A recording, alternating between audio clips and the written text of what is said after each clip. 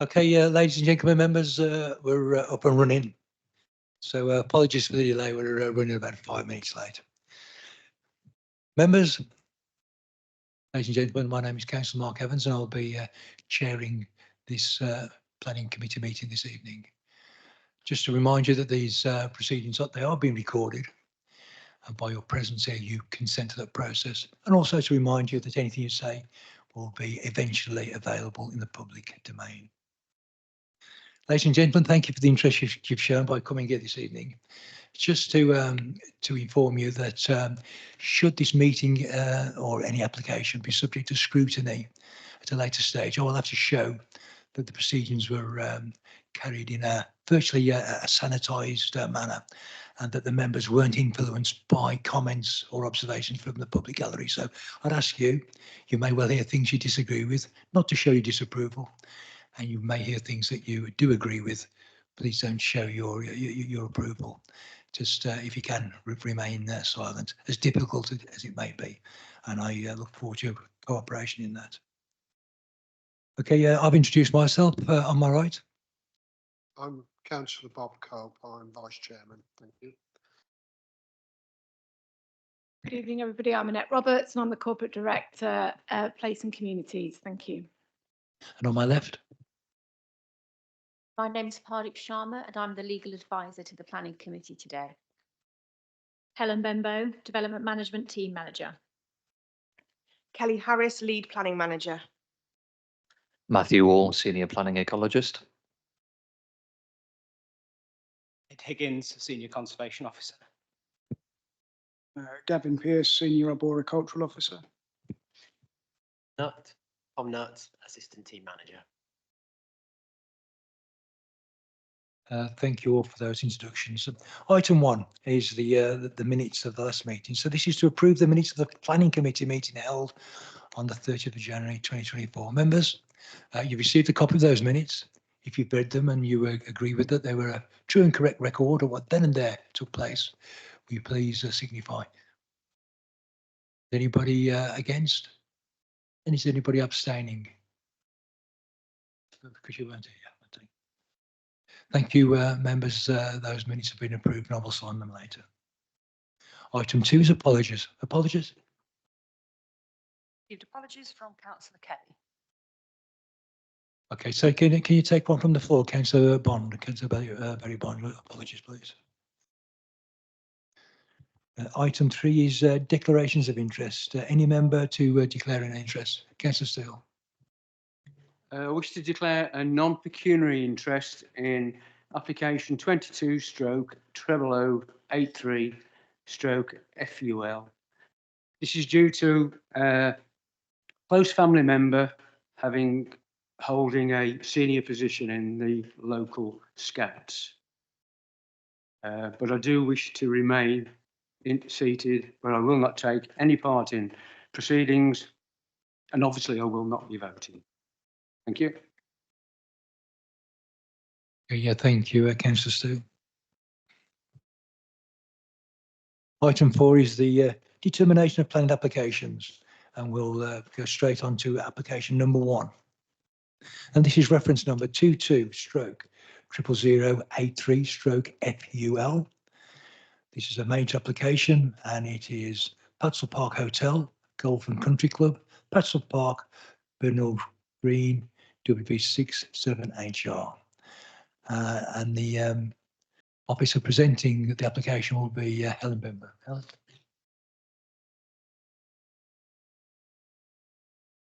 Thank you, Chair. As outlined in the Officer Report, this application was presented to members of Planning Committee on the 25th of April 2023 with a recommendation for refusal. Since this date, the decision has not been issued, and officers were working with the landowner and the current site provider as per the resolution in order to agree the public rights of way across the site, as well as agreeing the planning conditions.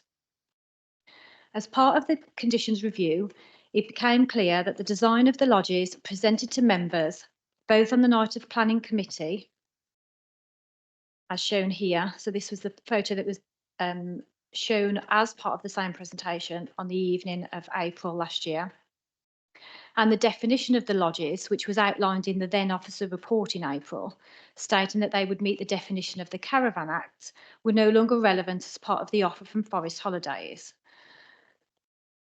What we've now progressed to is a further suite of planning elevations associated with the current planning application this evening. So I just wanted to flick through those to be able to demonstrate clearly to members the difference. So these are the 1-bed units now proposed, 2-bed units now proposed, 3-bed units now proposed, and the 4-bed units as now proposed. And the 4-bed units come alongside a tree house, which is part of that offer. To be clear, the site layout, however, remains unchanged from that previously tabled. And the lodges, as proposed now, all have decking areas and hot tubs, as well as associated parking. Further to this, it became apparent following the planning application discussions in committee of April 23 that the application for the development had not been screened for the purposes of environmental impact regulations. This submission was on the part of both the planning agent and the local planning authority, and this situation has since been rectified. Several matters that had been outstanding for further works to be undertaken following the April 23 committee have now been addressed. And this includes highway access, with regards to Shropshire County Council as a consultee, and protection for great crested newts. Part of the debate and planning balance discussed and considered as the part of the previous committee related to increased public access to the site with the creation of new paths. Following a site visit, officers from the district and county council, an existing permissive path was discovered known as the Millennium Path, which leads into the site from Pattingham Village. It is not considered that the presence of this path was made clear to members at the April 23 Planning Committee, and as such, the access to the site may have been perceived to be less than was actually at the current situation. Finally, with regards to the new paths, that includes pedestrian and a bridleway access. These have been agreed by officers at district and county level and now agreed by the parish council. So this is the plan that has been drafted for the paths across the site. So you can see my cursor there. So this one here is a new bridle path, as is this one here. This one has been amended, as you've shown here, this dogleg one, on an update from the parish council who preferred this route. So that's now proposed. These paths have been walked extensively by county and district council officers and would be agreed as part of any approval. They would be secured by a legal agreement. Final point to note is that the application is associated by a sister application for a listed building consent. Officers do have full delegated authority to deal with the listed building application and will deal with the determination of this application in accordance with this evening's determination in accordance with the scheme of delegation. So given these reasons outlined, we have taken advice and officers felt that there was sufficient discrepancies between what was presented in April 23 and the application now as it stands, and therefore we are bringing it back to Planning Committee for further discussion. A site visit was undertaken yesterday for members to see the context of the site. And the site lies in isolation in a rural area to the south of the A464 and the A41, and the nearest settlement is Pattingham to the east. It has a rural setting including lakes, which is the landscape parkland of Patsall Hall, which is a Grade 1 listed structure. The land around Patsall Hall was formed into gardens and pleasure grounds in the late 17th century and was altered in each century since, including by Capability Brown. This extends to 83 hectares and lies within a Grade 2 designated historic landscape area and are registered as historic parks and gardens by English Heritage for their special historic interest. The scheme to be determined this evening will see the erection of 62 lodges spread across the northern half of the Red Line application site, as shown on this plan here, beyond the site of the existing hotel, terminating at the southerly side of the Great Pool, with the remainder of the golf course to the north. The scheme would be for 100% holiday rentals. 3 of the lodges would be for staff accommodation, And in terms of the rental lodges, it would provide 6 one-bed, 27 two-bed, 20 three-bed, and 4 four-bed with the associated tree houses. The existing hotel would be demolished and the listed temple structure would be retained as a folly with no specific future use. A modest amenity building would be erected not far from the site entrance, which would host a reception area, shop and small cafe. An existing machinery store previously used in association with the golf course would be converted and used for the housekeeping and general maintenance purposes. The site is located in the West Midlands Greenbelt. The application site is considered to satisfy the definition of previously developed land. However, despite there being a net decrease in built form from the demolition of the hotel and the removal of the car parking area, the lodges would be spread across the site, resulting in sprawl and causing significant harm to the openness of the Greenbelt. As well as the lodges, the proposal would also see the introduction of an amenity building towards the entrance of the site. Locating the amenity building in such a prominent location, along with the sprawl of the lodges, would again cause significant harm to the visual amenity of the Greenbelt. The application site is contained wholly within and considered to be a Grade 2 listed registered park and garden, which is home to a number of listed structures. The listed parkland was designated by Lancelot Capability Brown, which form part of the pleasure grounds of the Grade 1 listed Patsall Hall. The application site lies in the southern part of the park to the west of the Great Pool in the areas associated with the Brownian remodelling.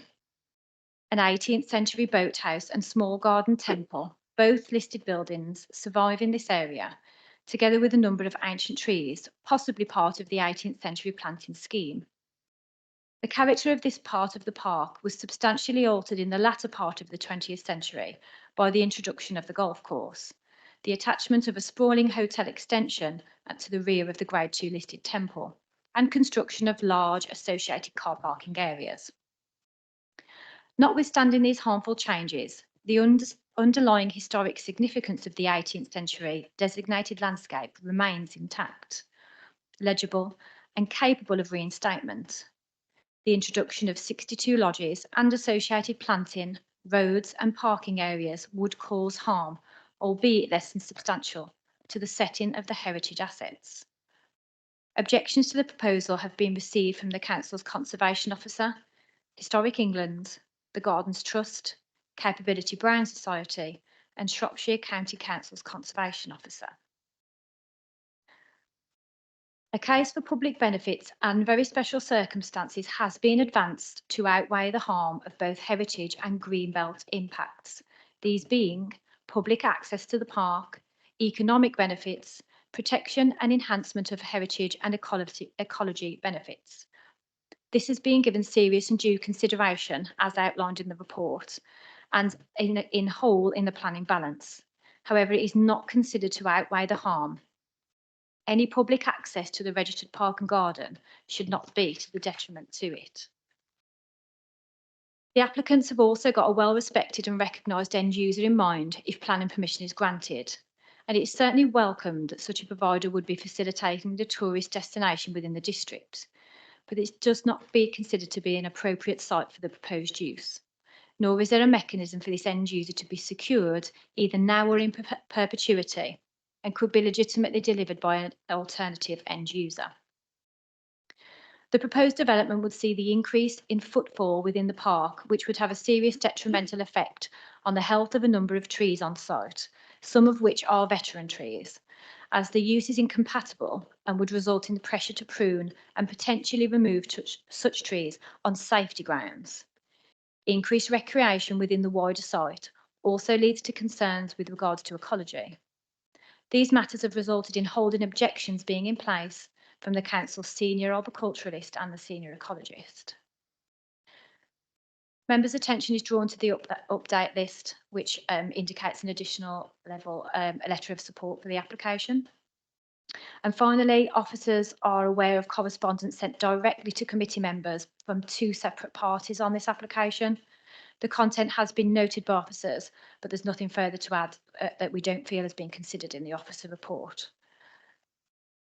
So just to flick through some slides for those members who weren't able to be present on the site visit yet, which was undertaken yesterday.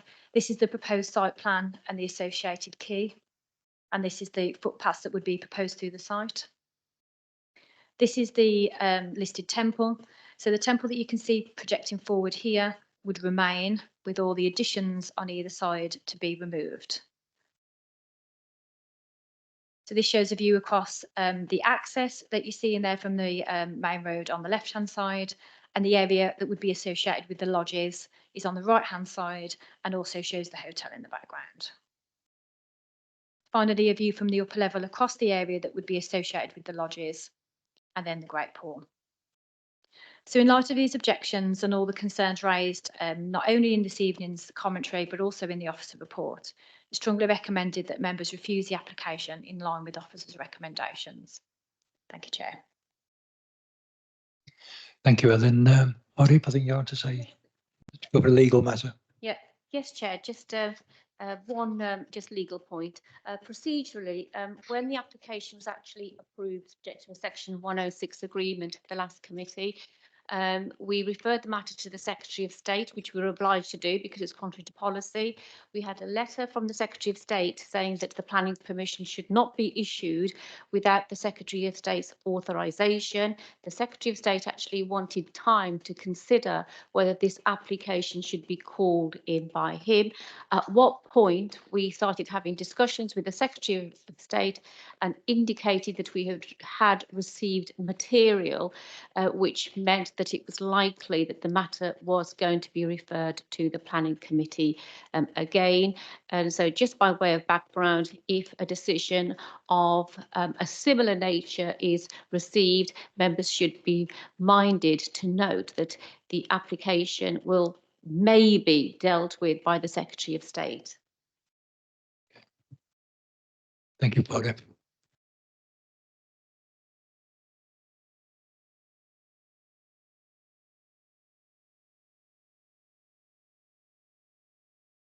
Okay, thank you for that presentation, Helen, and that covering the legal aspect there, Arif. So speaking against the application, we have a Mr. Liam Wordley on behalf of Louise McBadzine. Mr. Wordley. Sir, you've got 5 minutes, and I will be quite strict on that. Thank you. Thank you. I'm speaking today not only on behalf of myself and my wife as the owners of Patsell Hall, but also for a number of our neighbours who are detrimentally affected by the proposed development. You've received a letter from the external planning professionals which confirms the clear policy grounds for refusal for this application, which I'll not repeat. In addition, I'd like to add the following points. This development has changed significantly since it was first put forward. We were guaranteed that there needed to be a minimum of 100 lodges to make the scheme viable, and this is now no longer accurate. Likewise, we were told that temporary lodges were a key part of the design to ensure the listed parkland was able to be returned to its original state should the development cease to be viable. This is also no longer true, as permanent structures are the only way forward. The inconsistencies continue. In rebutting the professional advice of your own arboriculturalist, committee members said that there would be no damage to the ancient trees, and Forest Holidays were owned by the Forestry Commission and therefore should be trusted to ensure the trees were enhanced. In actual fact, at the time of the last planning hearing and now, Forest Holidays is ultimately backed by Vitruvian Partners, having been sold to one of their offshoot sites. This American hedge fund follows Forest Holidays' own publicity, and they say that they have attracted huge investment, and to quote their own press releases, they aim to develop and implement their growth vision. Significant investment was made in the enhancement of their existing locations. If Forest Holidays do stay invested, then this will once again be a start and not the finished article, as they look to develop as much of the local landscape as they can. They may plant new trees, but the ancient trees will not stand in their way. I can bullet point many others, such as there being staff housing rather than a reliance on local employment. Local employment tends not to stay in staff housing. They stay in their own houses. Reports as to the negligible effect on the hall itself, despite nobody even making the slightest contact to understand the effects on the title and the wider parks and gardens. Since the previous meeting was held, I've had apologies from Councillor Mason, who was a vocal supporter of the application initially. He incorrectly informed this chamber that I'd restricted access to St Mary's Church, and in actual fact it was Mr Mercer who fenced and padlocked the access. Councillor Mason also was wrong to say that he supported the efforts of a local businessman. Whilst I have a lot of time for Mr Mercer, he's not local and lives some 1 hour's drive away. A recent submission also includes a letter from Knight Frank saying that I tried and failed to buy the park. Being limited on time, I do not have either the ability or inclination to refute that statement in full, but I can tell you that a significant amount of work went into those dealings and a hotel is indeed viable. The criticism of the first application was that despite asking repeatedly, no evidence had been provided to officers to prove a hotel offering in the location wasn't viable. As a result of the work Knight Frank to allude to, I can confidently say this is not true. As a property developer, I have to take my hat off to the efforts Mr Mercer has gone to in order to push this application through. This is a commercial housing development by stealth and has one outcome in the long term, as iteration after iteration gnaws away at more and more of what should be a protected landscape. This is a dangerous precedent and one that would be repeated up and down the country, no less at Patsall Hall, Weston Park and many other historic sites should it be passed. The committee should refuse permission for this development and proceed in line with their officers' advice. Thank you, Ms Wordley, and thank you for keeping within the time. Speaking for the application is Mr Robert Mercer. Mr Mercer.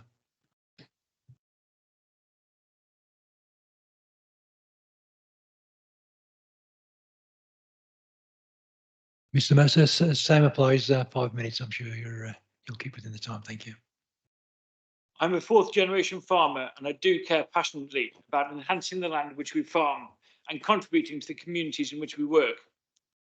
We use business profits to run Farm Fresh Revolution, a charity which distributes healthy food to young families in disadvantaged areas, and FarmLink, which delivers over 80 free school farm visits per year. We are also proud to host the Scouts Activity Centre at Patsall, which last year hosted nearly 5,000 overnight visits. We have also planted 30,000 trees in the last 2 years at Patsall. I carry the same ethos and belief system with regards to Patsall Park. I have considered this greatly, and here are my 14 reasons to support this application. Forest Holidays is a B Corp trusted national operator, and they have a wealth of experience of working in woodland environments and sensitive locations.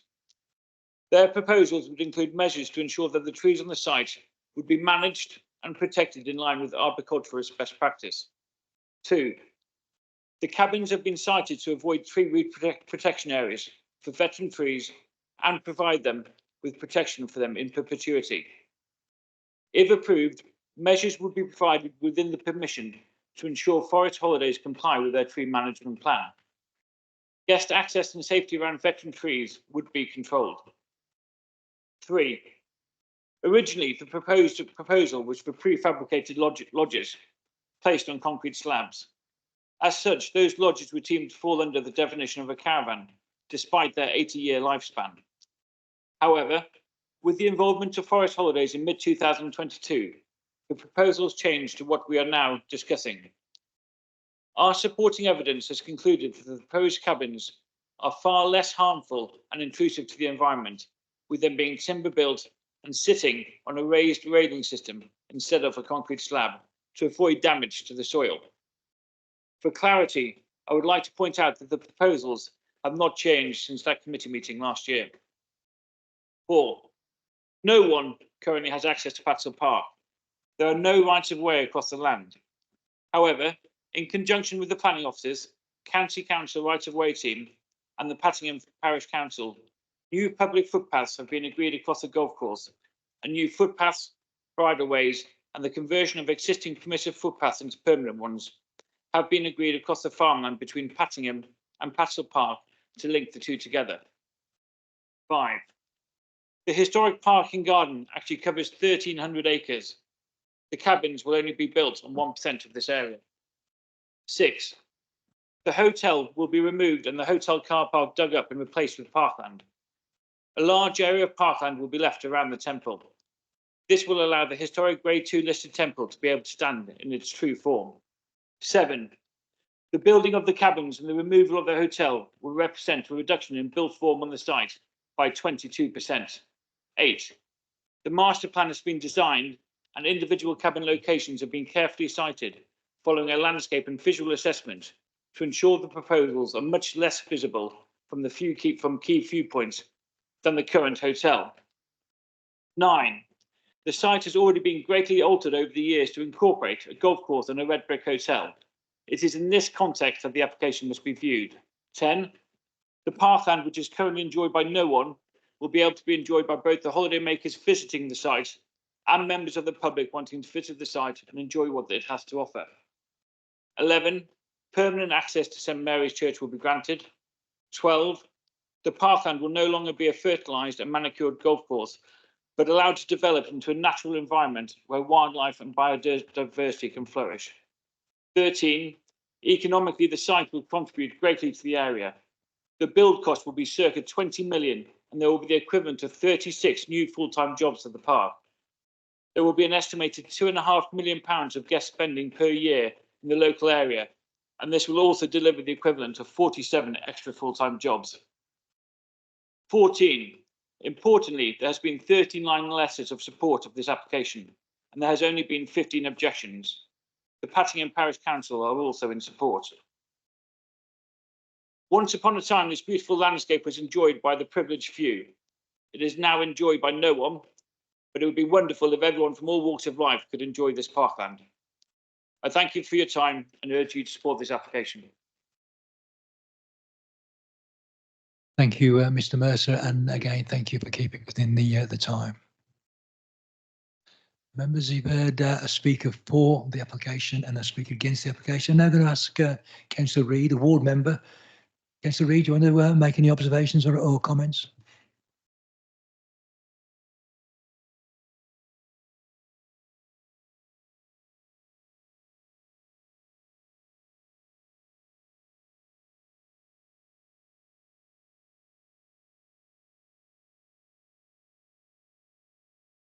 Are we on green?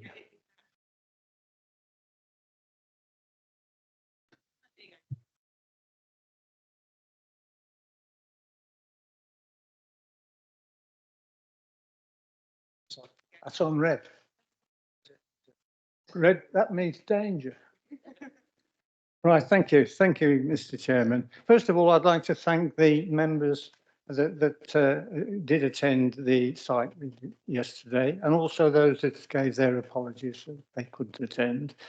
I think it was very important for us to have had that site visit, so we thank the chairman for making sure that that did happen.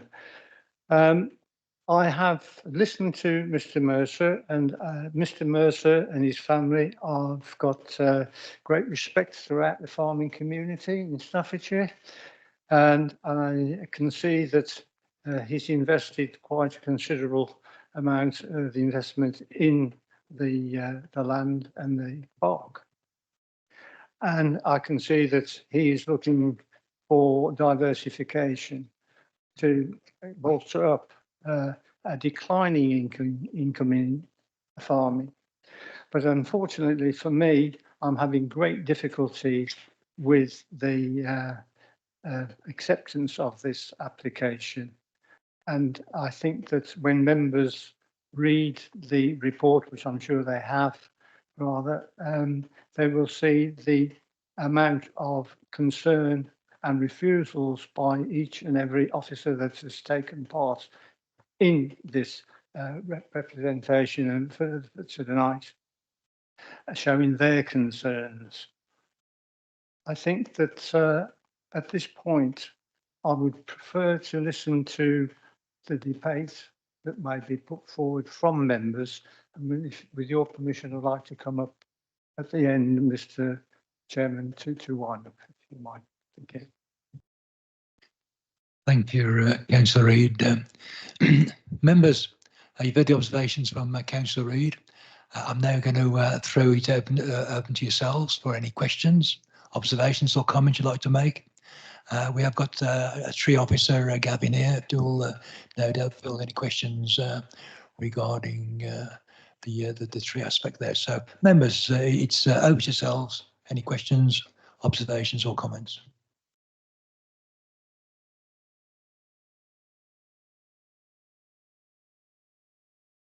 Councillor Hopper with this. So just going through the reasons for it, I've written a few down. I just wanted to go through them line by line. So the footpaths and rights of way, and the fact that we should potentially approve this application because more people can enjoy it. Using that logic, we would be approving every housing estate that is proposed because it gives access to open fields when the development is built. You know, people can use those roads and footpaths. So I don't think that is necessarily sound. The last planning committee, we talked a lot around how we all love trees, and I think this application doesn't do enough to protect trees, and that is backed by our officers. The argument about this development being repeatedly altered, actually, I think is more of an argument that we need to be quite firm in stopping the iterative altering of this protected site. So I'd actually put that in the other argument for refusal. And in general, look, we've got a lot of potential areas of open countryside that might be developed on in the future because we are not building on greenbelt, and that's because we want to protect greenbelt. So I think we need to be really strong here and protect the greenbelt that we have in our district. Thank you, Chair. Thank you, Councillor Harper. With this, any other member wish to make any observations?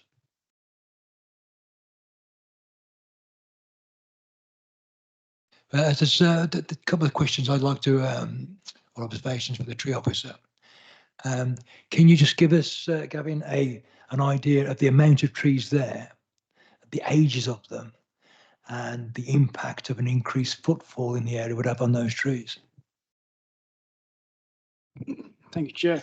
I have to admit, I don't know what the overall tree count for the site is, but anyone that went on the site visit yesterday will have seen how many are there, and we obviously can see from the indicative plan up there how many are on the site. The key thing is that there are a significant number of veteran trees and older trees on this site, far more than you would normally get, and it's fairly in line with a landscape of this type, capability brown type landscape.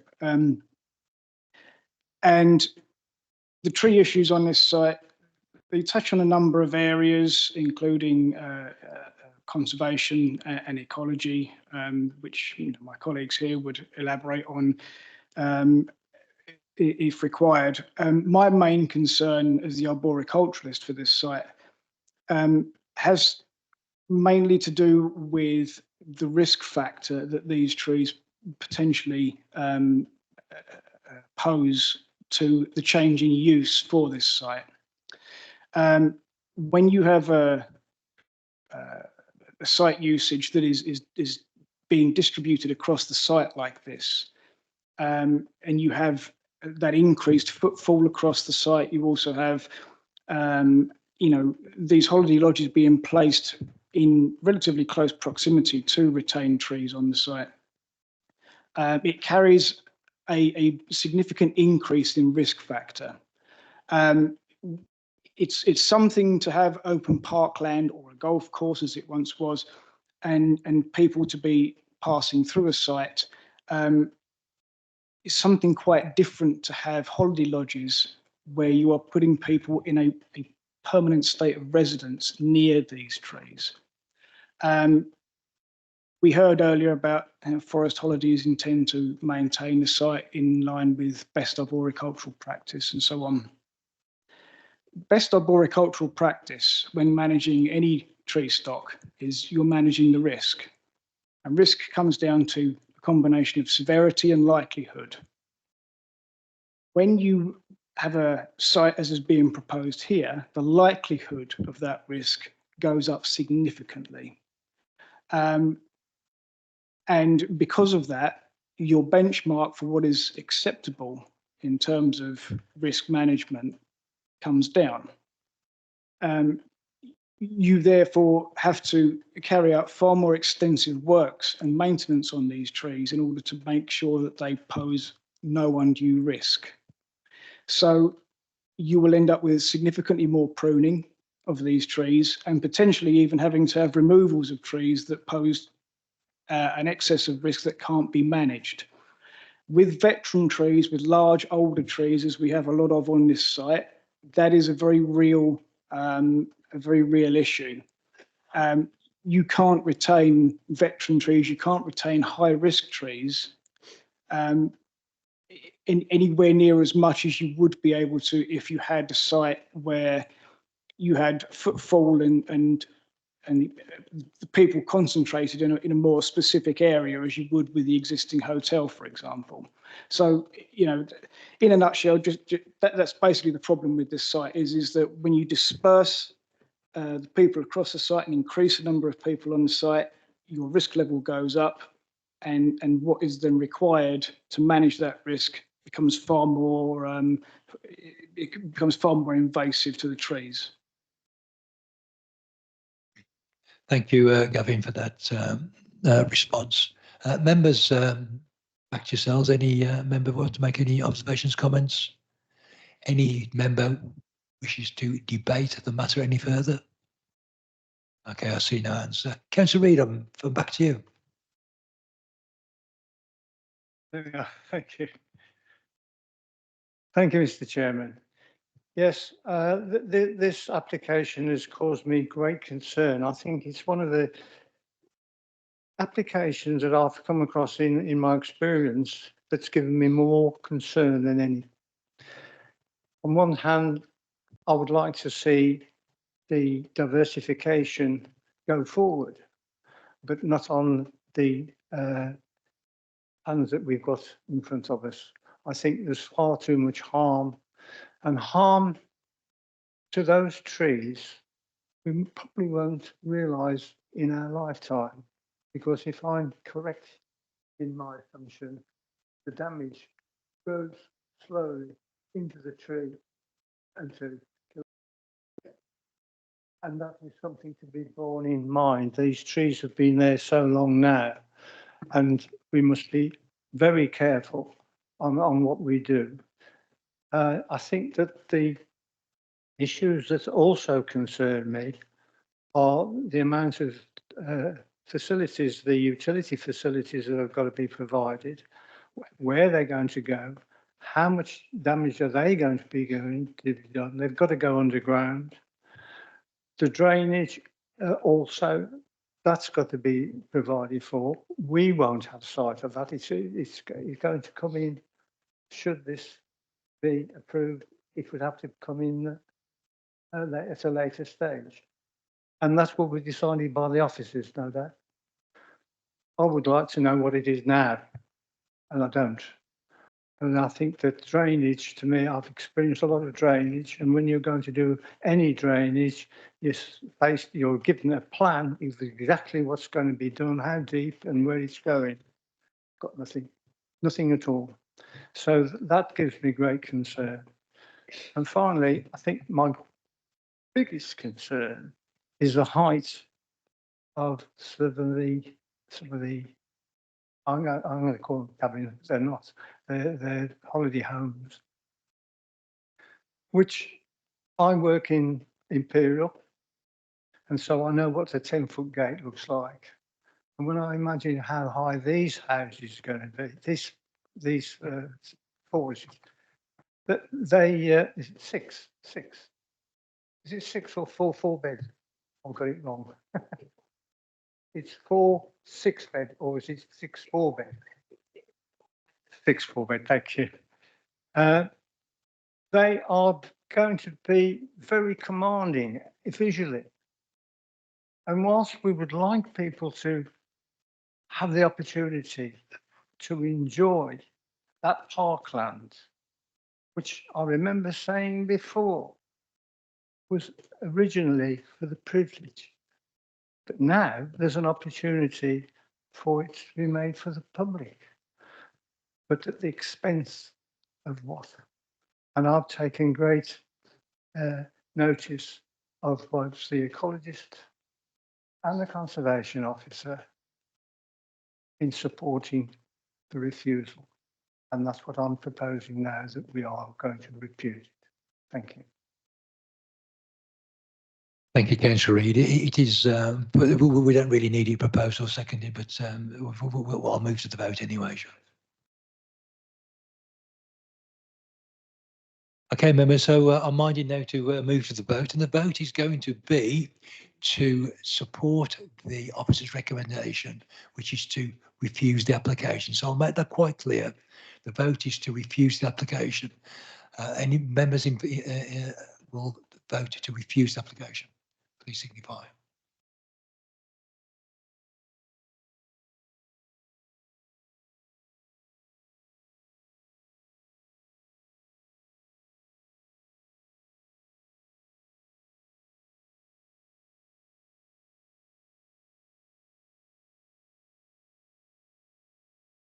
Madam Chair. Members, those that would vote against the proposal, i.e. would be voting to approve the application. Is there any members there that would vote to approve that application?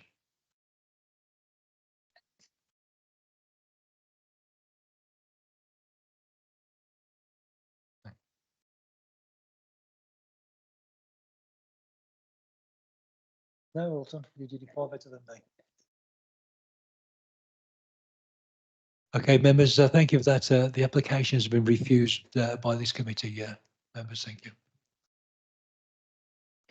Okay, before we move on to the next application, I'll give members of the public that don't want to stay close to the meeting opportunity to leave. And thank you for keeping silent and letting the proceedings continue with the due decorum. Thank you.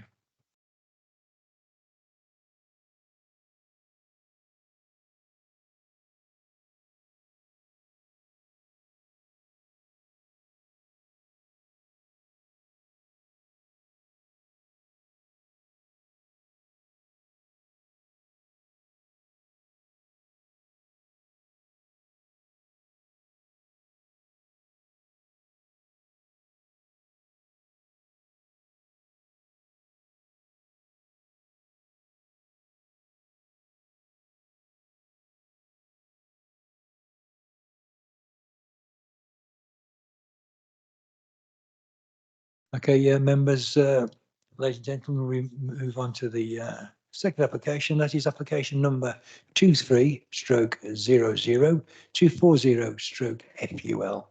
This is a non-major application. Applicant is Nick Brassington, Oak Lane Farm, Oak Lane, Carfey, Staffordshire, WV10 7DR. Mr. Brassington, Mr. Brassington is present and we'll be calling on him to speak later. But first, the application will be presented by, is that you, Helen? Yeah, Helen. Thank you, Chair. This application seeks permission for a 2-storey, 3-bed agricultural workers dwelling to provide permanent on-site accommodation for a cattle stockman who is the applicant's son. The dwelling is proposed to be situated north of Oak Lane, alongside 2 existing workers' dwellings, which are occupied by the farm's business partner, both of whom are key farm workers. The application site is located within a wider parcel of land owned by the farm, including approximately 600 acres on the east and west side of Oak Lane. The land managed by the Brassington family is devoted to beef and dairy cattle, with approximately 11 to 1,200 cattle on site and operating a year-round calving pattern. The site is located within the Greenbelt, where the construction of new dwellings is considered to represent inappropriate development. The development would also intrude into an area of land that is currently free from any built form, and as such would impact on the openness of the Greenbelt. Although agricultural uses are acceptable within the Greenbelt, it is not considered that a dwelling for the purposes directly related to agriculture, and as such for planning permission to be granted, the applicant must identify material considerations that amount to very special circumstances. In this case, the proposal has been assessed against the criteria set out in Local Policy EV8. Based on the information provided, it is considered that the applicant has demonstrated that there are clear functional needs for the dwelling, which cannot be fulfilled by another dwelling nearby. The needs relate to a full-time worker, and the farm has been established for at least 3 years and is financially sound with a clear prospect of remaining so. Although there are already 2 experienced stockmen who reside on site, one of them is unable to assist with calving due to health issues, and the other workers on site are not suitably qualified stockmen. Due to the large number of cattle on the site and the calving pattern, at least 2 stockmen need to be within sight and sound of the herd at all times to assist with calving and escaped or sick animals in order to avoid losses and ensure the health and safety of the livestock and workers. Whilst there are a handful of properties for sale within Calf Heath, these are large, expensive properties which are unlikely to be suitable. There are more affordable properties further away. However, these would not enable the stockman to be within sight and sound of the herd for most of the time. In addition, there are no buildings on site that appear suitable for conversion. Although this proposal does constitute inappropriate development in the Greenbelt, detailed calculations have been supplied to corroborate the need for a full-time worker and a functional need is considered to have been demonstrated. Taking all these considerations into account, it is considered that very special circumstances do exist. There would be no material harm to the neighbouring amenity and no adverse impact on the street scene. The development also raises no material concerns in relation to ecology, parking or highway safety. The principle is therefore considered compliant with both national and local policy and the associated guidance. Approval is therefore recommended. So in terms of the application site itself, the red line plan here shows you the location of the proposed agricultural workers dwelling just to the north of the existing farmhouse, which is the Acorns. This is the footprint of the building next to the adjacent property and the elevation showing a 3-bedroom property which will be suitable for the family needs. This is the existing property on site. The new building would be adjacent to this on the left-hand side as shown in this photo. And this is the access to the new dwelling which will be opened up as part of the development. Again, application is subject to approval. Thank you, Chair. Thank you, Helen, for that presentation. And we do have a speaker speaking for the application is Mr. Nick Brassington. Sir.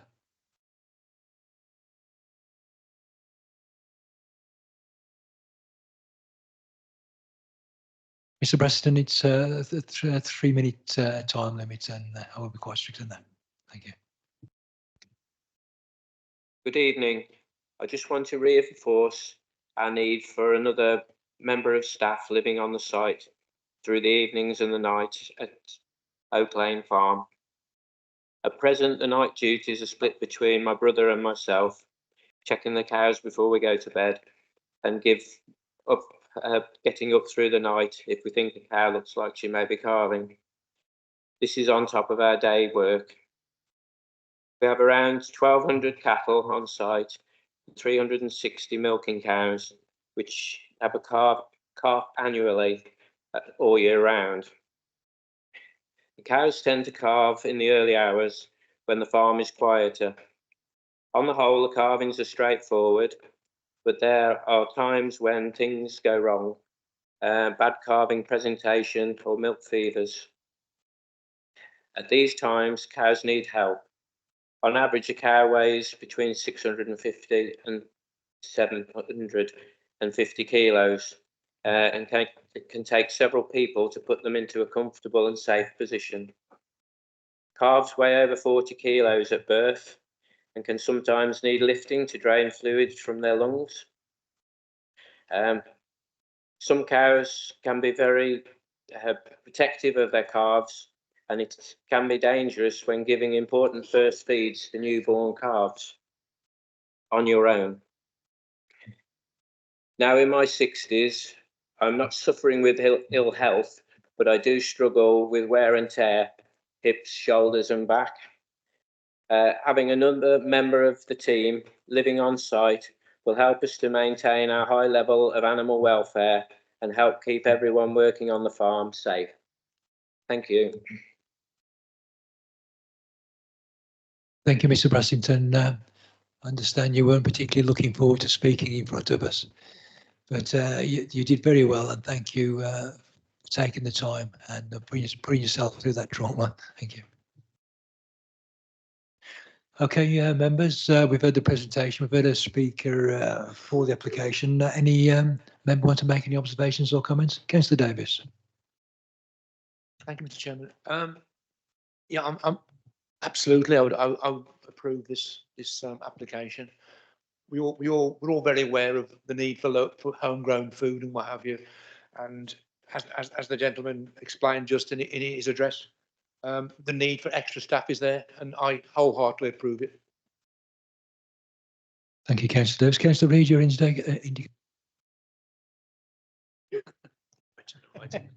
Thank you, Mr. Chairman.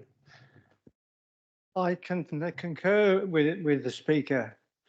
I've experienced it myself, and I know what it's like. And they don't always carve just when you want them to. Christmas Day, New Year's Day, and sometimes they don't come out right. We always used to wait to see with 2 front feet and a nose, and we knew that they were right to come out. And it used to take sometimes, with especially at the heifers, first time carving, it could be very difficult. And I too haven't got that strength nowadays, but I did at that time. So I do know the importance of having the right men on the site at the right time, because if it goes wrong, you've lost it and you might lose the effort or the cow as well.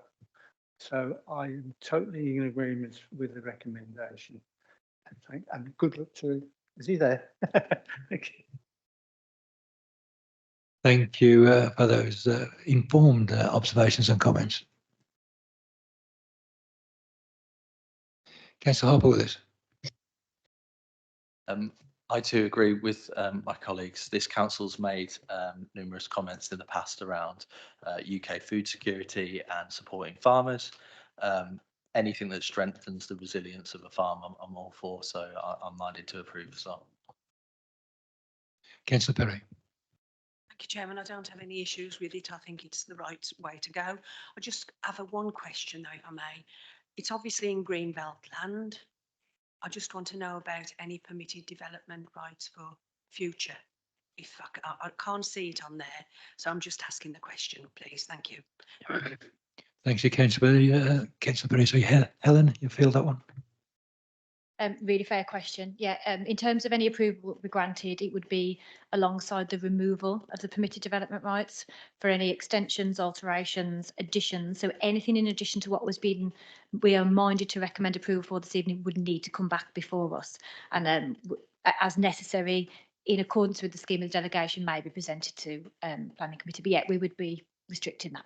Thank you. Happy with that, Councillor Perry? Sorry, Councillor Spruce. Thank you, Chair. Just one more question, actually, just for clarity. Just playing kind of slightly devil's advocate here, but say if the change of use of the farm happened in 12 months and it was decided to be let privately or something like that, is there anything in the conditions that have to, stipulate it's used for agricultural workers rather than, just bog standard out on the market for somebody to rent out? Helen?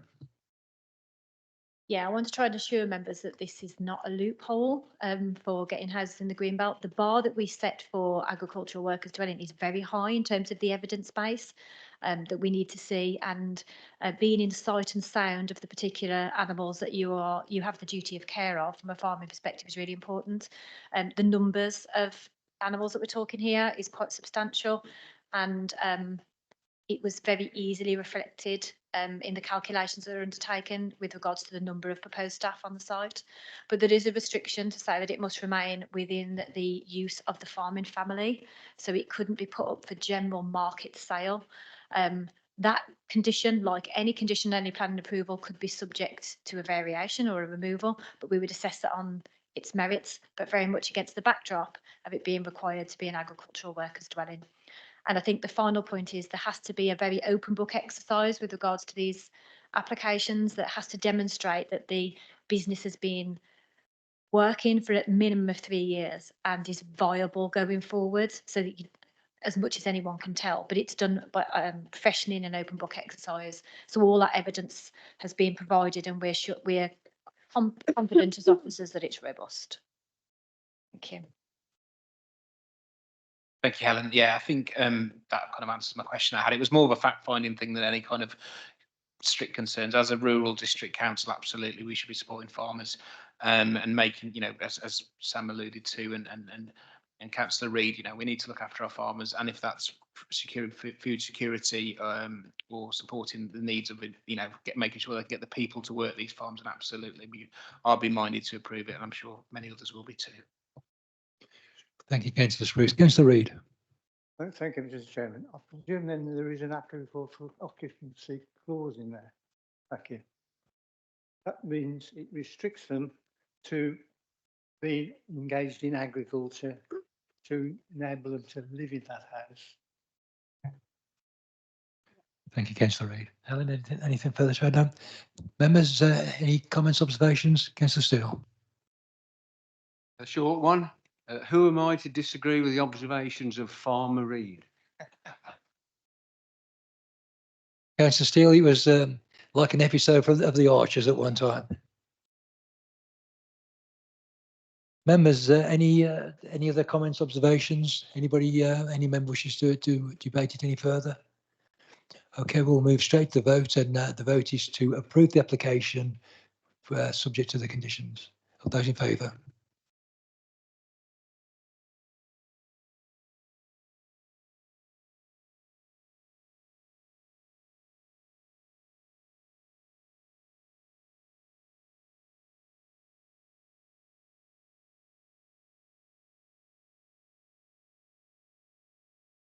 Against?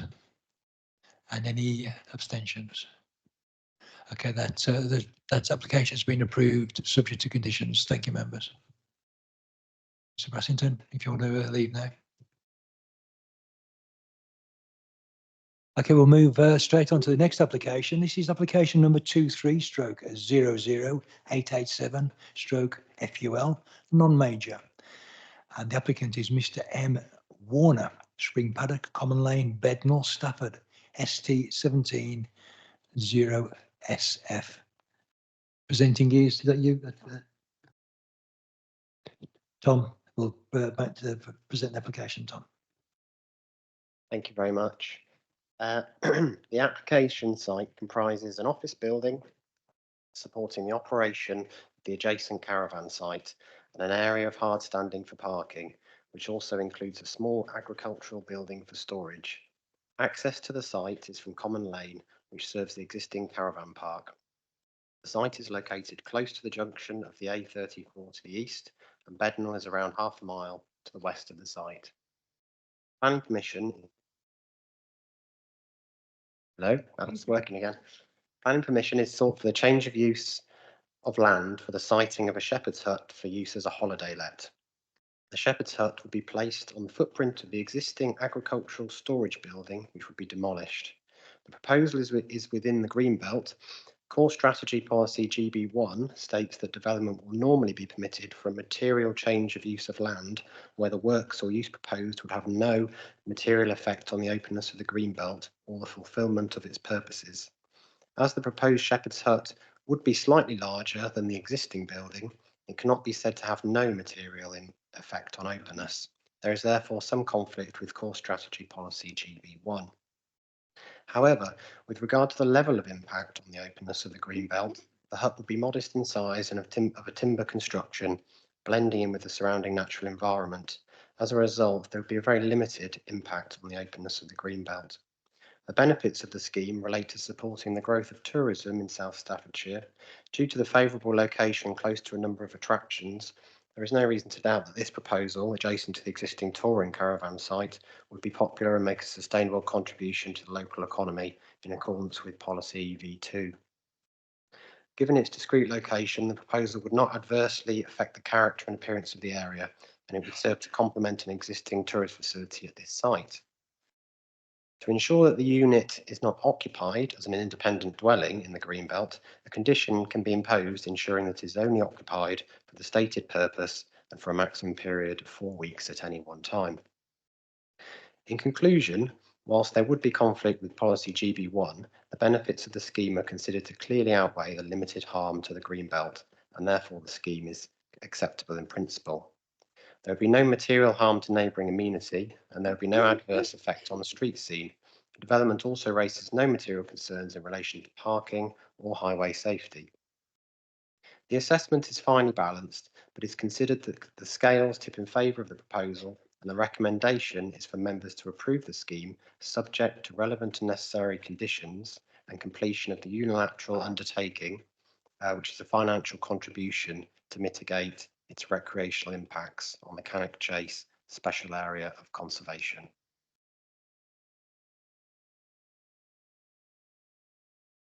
Okay, thank you, Tom. That's the application presented by Tom. We have no speakers on this. Councillor Hartwell, this is on your ward. Have you any observations? Yes, yeah. Looking at the report, there's when I look at applications like this, I look for I'm interested in the habitat and the impact on ecology and wildlife. And from the report, I can see that there's no issue there. I think the conditions that have been laid out by the officers in terms of like the occupation limits is a good one, and considering the fact that there's not any real impact to anything, I'll be minded to approve. Thank you, Councillor Hartwell. Members, any other member got any observations or comments or questions for the officers? Any member wish to debate it any further? So we move to the vote, and the vote is to approve the application subject to conditions. Members, those in favour?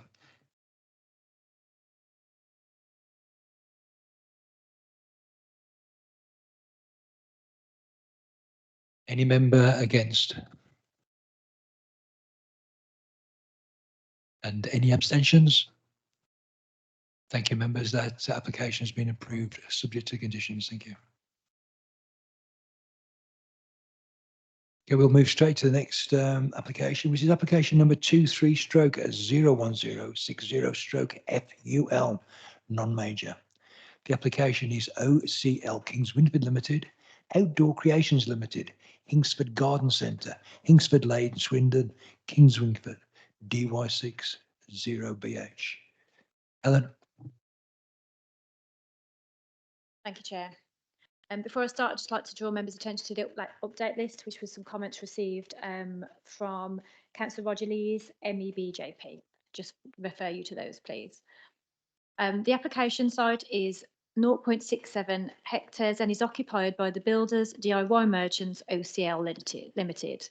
The site is within the Greenbelt, amongst a semi-rural location, approximately 160 metres outside of Swindon development boundary.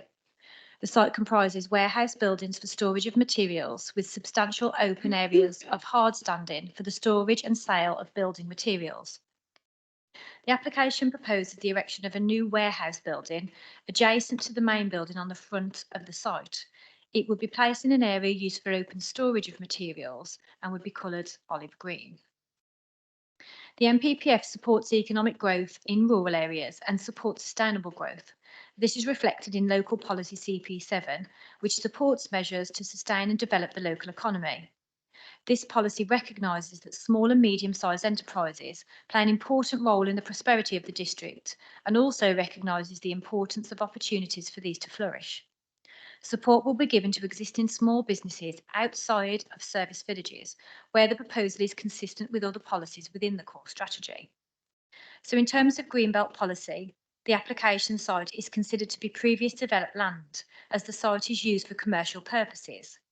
Paragraph 154G of the NPPF advises that limited infilling or the partial or incomplete redevelopment of previous developed land, where redundant or in continuing use, which would not have a greater impact on the openness of the Greenbelt and the purposes of it being included, can represent development which is not inappropriate in the Greenbelt. This is reinforced by the Council's Greenbelt and Open Countryside SPD. The area where the building is to be placed is used for open storage, and whilst open storage will inevitably have an adverse impact on the openness of the Greenbelt, the erection of a 40 square metre building, which is 4.6 metres high, will have a greater impact on the openness of the Greenbelt than the existing situation. Whilst the impact would not be significant, given the existing land use and the adjacent 7-metre high warehouse, there would still be a greater harm caused. Therefore, the proposal represents inappropriate development in the Greenbelt and is contrary to paragraph 154G. Although this proposal does constitute inappropriate development, there are considered to be very special circumstances which clearly outweigh the potential harm to the Greenbelt by reasoning of inappropriateness. The OCL is a well-established business and has 19 employees. The building is to be positioned within the existing site boundary and placed in a position on site where least harm will be caused due to the setting against the backdrop of a larger building. The proposal would also help sustain the existing business, which would allow for diversification and result in job creation. It will also inevitably tidy up the appearance of this part of the site, which is used for open storage of materials. This slide shows you what the site is currently used for in terms of open storage. Given the proposal would cause minimal harm to the openness of the Greenbelt and the local benefits of the proposal, it is considered that very special circumstances have been clearly demonstrated in this case. There would be no material harm to neighbouring amenity and no adverse effect on the street scene. The development also raises no concerns in relation to parking or highway safety. The proposal is therefore considered compliant with both national and local policy and associated guidance. Therefore, approval is recommended. Thank you, Chair. Thank you, Helen. Members, you've heard the application presented there by Helen. There's no speakers for or against the application. The ward member, Councillor Lees, has sent observations in supporting the application. But I now throw it open just to yourselves. Any members wish to make any comments or observations?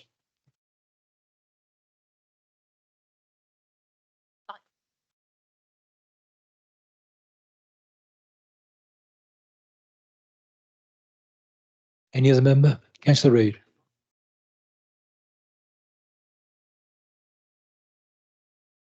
Thank you, Councillor Reid. Councillor Perry. Thank you, Chairman. Just to say, if he tidies up that mess that looks up on there, then I'm all for it. Thank you. Sorry. Sorry, but I'm all for it. So thank you. Thank you for those observations, Councillor Perry. Any other member? Okay, members, I'll move to vote, and we're going to vote to approve the application subject to conditions. Those in favour?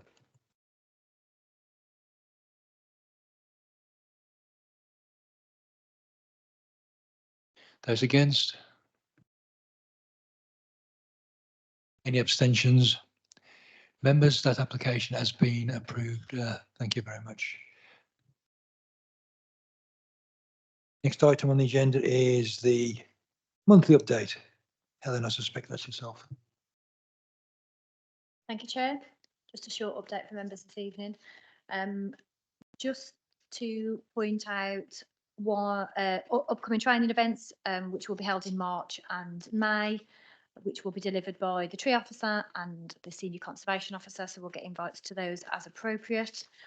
I wanted to draw attention to the fact that I had noted in point 7 of our report that we had submitted a bid to DLUC for digital planning improvement, and when this went to press, we were awaiting the decision, but the positive news is we were awarded a grant for digital improvements. First meeting has been held today in terms of scoping exercise, but that's a fund for £100,000 that has been awarded to the authority in order to improve our digital services and be able to put a lot more of our information out there and make it publicly available, rather than people having to inquire and come through the service. The level of detail and data is still to be agreed, but we'll feedback to members going forward. So that's some good news. And then finally, in terms of 2 appeal decisions, the one which related to redevelopment of lodges on a Greenbelt site, which was dismissed. But the one I did want to draw attention to briefly was the Saunders Brothers salvage on Prestwood Drive in Swindon, at Staunton, sorry. This was an application that was before members in January of 23, for those of you who sat there at the time, and it was a scrapyard site. And we wanted to replace, the applicant wanted to replace the area of scrapyard with containers, recommended for refusal, by officers, and that recommendation was supported by members. For those who remember, we did do a site visit out to that particular site. The appeal was allowed, unfortunately.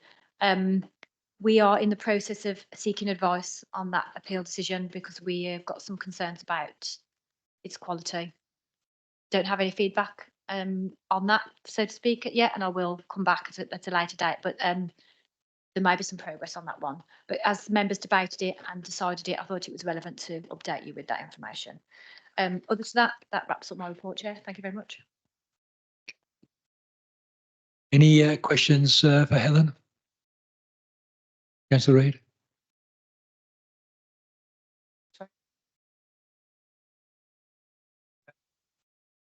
You still have the opportunity to challenge it?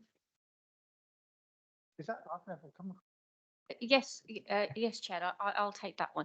When we actually receive a decision from a planning inspector, we scrutinise that decision, and if we think that the planning inspector has made an error of law, right, in those circumstances, you know, we do seek advice from council, and then we have to make a considered decision as to whether or not to challenge the decision, because to get it quashed.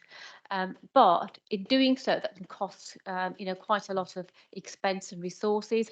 So that process is being considered, and as Helen said, we will actually update you further. Expensive.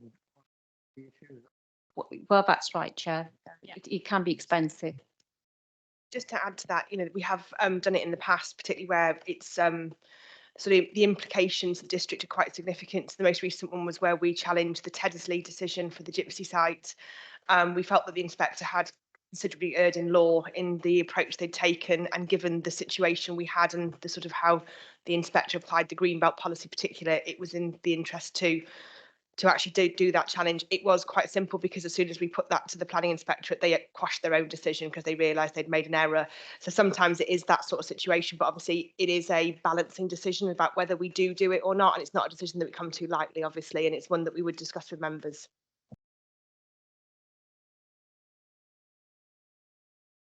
Yeah, thank you, Helen, Kelly and Pardo. Councillor Steele, sorry. Yeah, thank you, Chairman. Yeah, I'm very interested in this because this decision that was allowed, because although members were somewhat sympathetic that the containers would look better instead of all the scrap, it was pointed out to us that it was obviously inappropriate development in the green belt. And that's what obviously swayed members, because the experts have told us. So I can see why we are potentially going to challenge that. So that is interesting. Thank you. Thank you, Councillor Steele. Sorry, go on, yeah. It's a really fair point, but just to be really, really clear, we can't challenge on the balancing exercise because that's down to the decision maker. Whether you agree or not, that's incidental. It's when there's an error in law, so that's what we're looking into. Thank you. Councillor Hopwood. I'm interested in understanding the process of how we approve those legal costs, and like, is that a devolved power to cabinet, or is that something that's brought before planning, and how do we make that decision if we're going to pursue? I'm very aware that we're in a public planning committee meeting, and I'm happy to have that conversation. It is obviously through discussion between planning, between legal, cabinet member. You know, we have to look at those things, but it is a balancing exercise. It's not a decision we come to lightly. There are quite a few decisions that we know we could legally challenge, but we don't, because there is an expediency point to be had in both cost time, officer time, legal time. I say in the entire time I've worked here, we've challenged the one decision at Teddesley. So it's not something we do very, very often. We're just making you aware that the one that we've got, that there is a chance there is a legal flaw in it. What we do with that will need to go into further discussion as to whether we do want to do something with it. So I think that's I don't know, Pardo, if you want to add to that, or that's. Thank you, Kelly. Councillor Hopwood. Sorry, my question was around who makes the final decision to do that? Where's the power does that reside within the planning committee? Does that reside at full council? Does that reside at cabinet? It's an officer delegation. It's in the constitution. You know, as has been pointed out, we actually come to a final decision, and in terms of you know, costs, etc., that's all delegated to the director because it's more of an administrative and financial decision. So that's not an issue that actually comes back to committee. Okay, Councillor Harper, is you satisfied with them? Okay, members, I'm just about to close the meeting. I will ask you to remain in your seats because Annette Roberts will have an update on an issue that you may find of interest.